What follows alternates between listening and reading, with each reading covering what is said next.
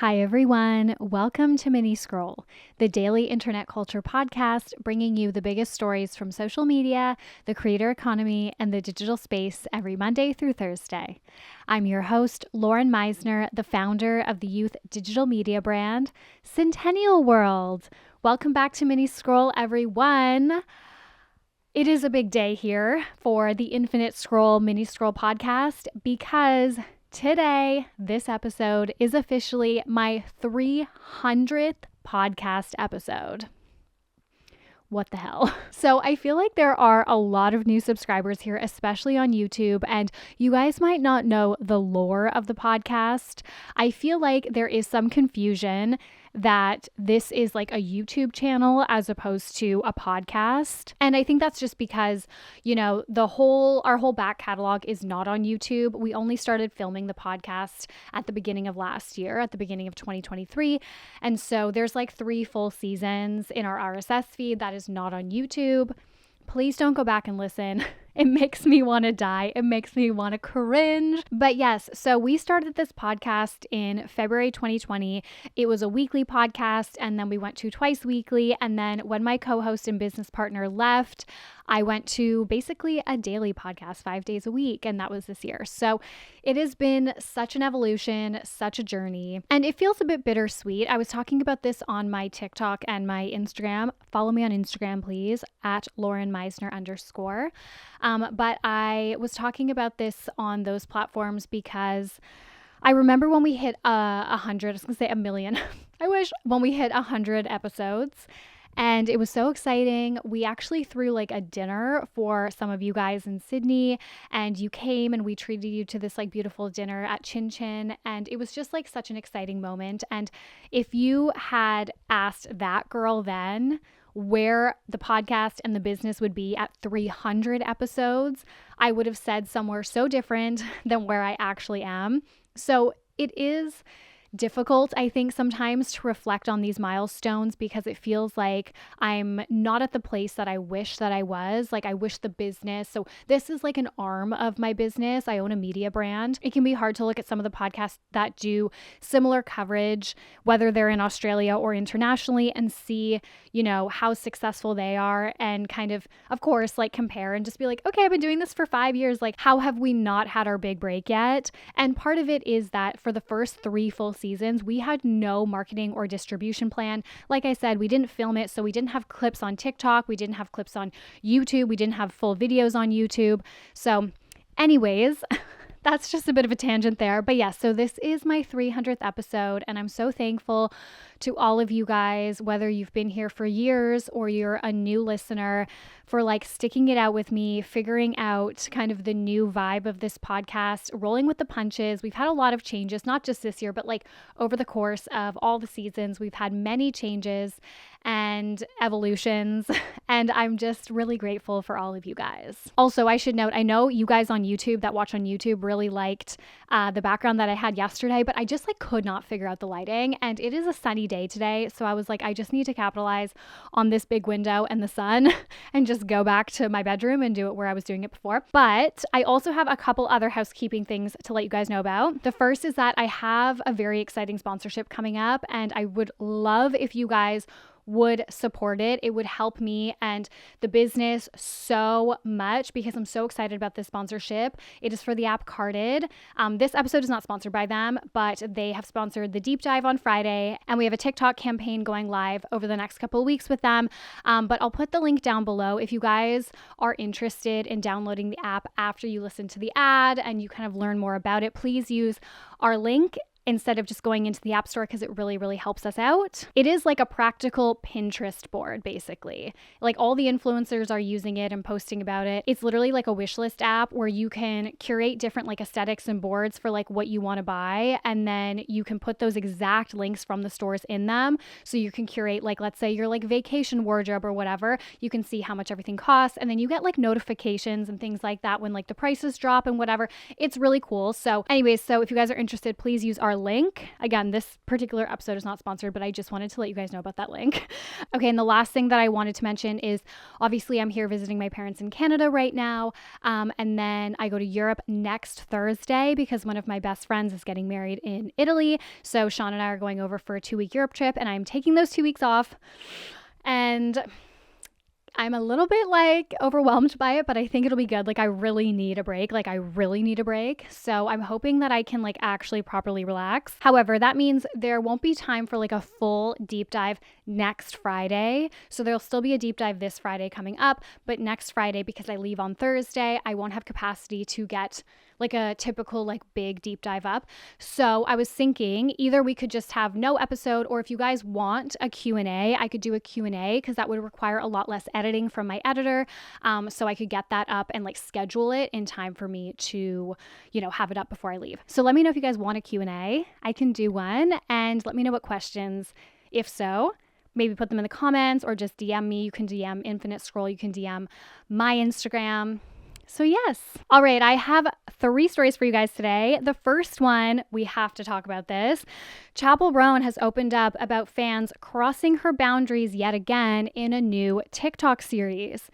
So yesterday, Chappell Roan posted 2 TikTok videos about how uncomfortable it makes her when fans approach her in public, ask for photos, or cross like certain boundaries with her. I need you to answer questions. Just answer my questions for a second. If you saw a random woman on the street, would you yell at her from the car window? Would you harass her in public? Would you go up to a random lady and say, "Can I get a photo with you?" And she's like, "No, what the fuck?" And then you get mad at this random lady? Would you be offended if she says no to your time? I'm a random bitch. You're a random bitch. Just think about that for a second, okay? I don't care that abuse and harassment, stalking, whatever, is a normal thing to do to people who are famous or a little famous, whatever. I don't care that it's normal. I don't care that this crazy type of behavior comes along with the job, the career field I've chosen. That does not make it okay. That doesn't make it normal. It doesn't mean I want it. It doesn't mean that I like it. I don't want whatever the fuck you think you're supposed to be entitled to whenever you see a celebrity. Chappell has opened up about how she doesn't like this element of fame before in different interviews, especially over the last few months when her fame has really risen. However, while she was in the middle of kind of her star rising, I actually did see something, I think it was maybe on Reddit, where somebody was talking about how this is like an ongoing thing with Chappell. So like, and they weren't saying it in a negative way, but they were just saying it's like well known in her like OG fan base that even before she was anywhere close to like as famous as she is now, she would constantly ask her fans not to approach her in public, especially because Chappell is like a drag persona for her. It's like an art project. And so her kind of everyday self, Kaylee, doesn't want to be approached by fans. So it's definitely like a running thing with her. So the reception to these videos has been very mixed. Some people feel like just off the bat, this is like the beginning of the end that we are going to see of Chappell Roan, which would be very, very sad. I really hope that's not the case, but it feels like she's already getting pushed to a point so early in her career of just being fed up with fame altogether. And she's talked about just like going off grid. Like she talked about on Drew Afalo's podcast how she just wants to like, or how she said when it gets to the point where she's so famous that her friends and family are, I'm not sure if she said like, I shouldn't say put in danger, but if like they're getting messages and harassed and if it's just not fun, she would stop doing it. And she was like, I'm at that point. So some people feel like that could be a very real possibility. And then of course, there are some people who feel like that reaction and that sentiment that she has towards fans is kind of entitled, like it's entitled for her to not want fan interaction. And then others are defending her because of how toxic stand-up culture can be. I think there's always, of course, an element of like required interaction with fans. It's not a one-way street when you are a public figure and you are asking people to support you by spending their money, their time, their energy, traveling, things like that, you know? Like, of course, there is an element where you need to give something to them too. And unfortunately, just in the realm of celebrity, that is not always just your art. Like there does need to be some type of like give and take. However, I think that the exposure that social media and particularly TikTok subjects modern day artists to has really increased fan entitlement lately. And I also think that at the height of paparazzi culture in the 90s and 2000s, a lot of celebrities probably felt this exact same way as Chappell, but they didn't have a direct line to their fans to express that. And like Chappell's not the only celebrity that we've ever seen, take to TikTok or Twitter or whatever and be like, leave me alone. Like Doja Cat, has done that many times. It's like a thing that's happening. And I think sometimes it gets chalked up to like, oh, these Gen Z faves or these younger stars just don't get it. They don't want to play the game. It's like that Gen Z kind of like label. Everybody's like, oh, they have all these boundaries and whatever. But I think there's so much more to it than that. I think fan entitlement is at an all-time peak because of platforms like TikTok. And because of platforms like TikTok, these celebrities have an opportunity to clap back. I am sure that there were celebrities having mental breakdowns all the time about fan behavior and entitlement and stalking and things like that. But we just didn't see it because they couldn't have it to us. There was always that layer of media protection there between a celebrity and a fan base. And then from the fan perspective, I do think there's this like weird protectiveness with a lot of parasocial relationships developed online, and it almost makes their fan entitlement worse. So I find that a lot of fandoms for Gen Z stars really infantilize those stars. They really infantilize the celebrities that they stan, including Chappell. Like she speaks out about being uncomfortable with fame and overwhelmed by certain elements of it. And her stans almost go like overboard to protect her. And it's as if she's like this fragile, like little girl that can't, handle the limelight. So that they swoop in to like save the day. And they're like the real fans because they actually know her and they actually have her best interest at heart. Like they are there to keep her safe. But that protectiveness also makes them have sometimes even more inappropriate behavior towards that celebrity because like they feel special as the fan. It's like they feel like Chappell isn't speaking to them.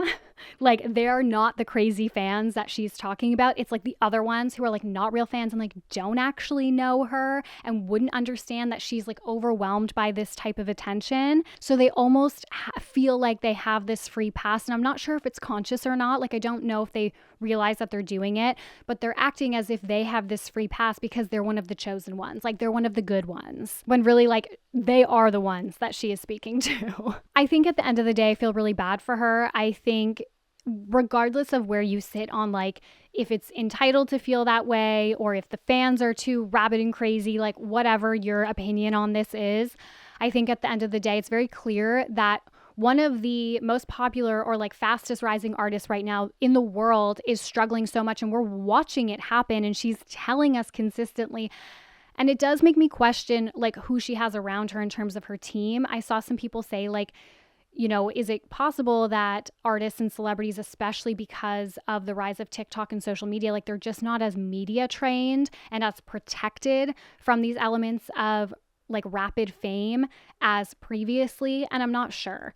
But I really hope that whatever she's going through, she gets through it. I hope that the fans, if they are like stalking her and being crazy and really invading her space, like just leave her alone. Like she's telling you she doesn't like it. Okay, the next story that I have for you guys is that Alex Cooper has inked a $125 million podcast deal with SiriusXM. So after weeks of rumors that Alex Cooper was looking for a $100 million deal following her Spotify exclusive contract, it has been confirmed via Variety that SiriusXM is ready to pay up. So according to the publication, the deal will run a little over 3 years, starting in 2025. They also got reports that the deal was closer to $100 million for 3 years as opposed to 125. But either way, she got that, what is that, like 9 figures, whatever. She got that big payday. I'm bad at math. So it will start in 2025 because Alex's $60 million Spotify deal for 3 years will end in December of this year. So as per Variety, quote, SiriusXM will have exclusive rights for advertising, distribution, content, events, and more for Cooper's flagship Call Her Daddy podcast, as well as the lineup of shows from her Unwell audio network. Call Her Daddy will continue to be available to Spotify listeners. So I would say that this seems like Sirius is really trying to take over Spotify's place in like the podcasting world. I don't think they've been as aggressive about it in the sense of like doing it all at once. Like there was just like this year or two there where it felt like Spotify was just like grabbing up like every big podcast that they could and spending so much money. And we know that they've kind of changed course, like they've kind of changed their strategy and they're getting rid of that like true exclusive type of opportunity, it seems. And obviously they're not renewing some of these bigger contracts and stuff. So it feels like Sirius is almost trying to like fill that gap, but in a longer term, like more sustainable way. Recently, Sirius acquired several huge podcasts, obviously Call Her Daddy. They acquired Smartless, Crime Junkie. So definitely trying to compete in the audio space. All right. And the last story that I have for you guys, this is just like an interesting tech culture youth story. iPad kids are taking over Twitter. So new data by parental control research firm Custodio found that 31% of Gen Alphas aged 7 to 9 have a Twitter account. Okay, and I'm thinking it's in the US because I think that this study that they did, or this data that they collected, they did it via software, not by like respondents. I think it was US based, but either way, that is a massive number. Comparatively, the same data found that 28% are on Reddit and 26% are on Facebook. So X is the highest. The firm theorizes this might be because Twitter is ingrained in Google search. So when kids Google things basically on their tablets, iPad kids, whatever, they get X results and they click through and then they're kind of in the feed, right? So then they make an account. As per TechCrunch, quote, meanwhile, parents often think of X as an older app, so they may not block it or restrict it as they do with other social media apps like TikTok or Snapchat. Unfortunately, parents' ignorance could lead their kids to be exposed to inappropriate content. The report noted that X could expose these younger kids to hate speech, pornography, and disinformation, pointing to reports that indicate that 13% of all X posts feature adult content. I mean, yes, I actually think I hate a fear-mongering moment, and I think there's way too much of that online, but I do think that children being on X, especially after Elon Musk's takeover, is so bad. Definitely they should not be exposed to X. Kids that are 7 should not be seeing what is happening on X. It is like the depths of hell on that app. Anyways, guys, that's it for Mini Scroll today. That is it for my 300th episode. It is crazy to say that. So thank you so much for listening. Please remember to rate, review, and subscribe. Please sign up to Carded with our link down below if you're interested. I love you guys, and I will talk to you tomorrow. Bye.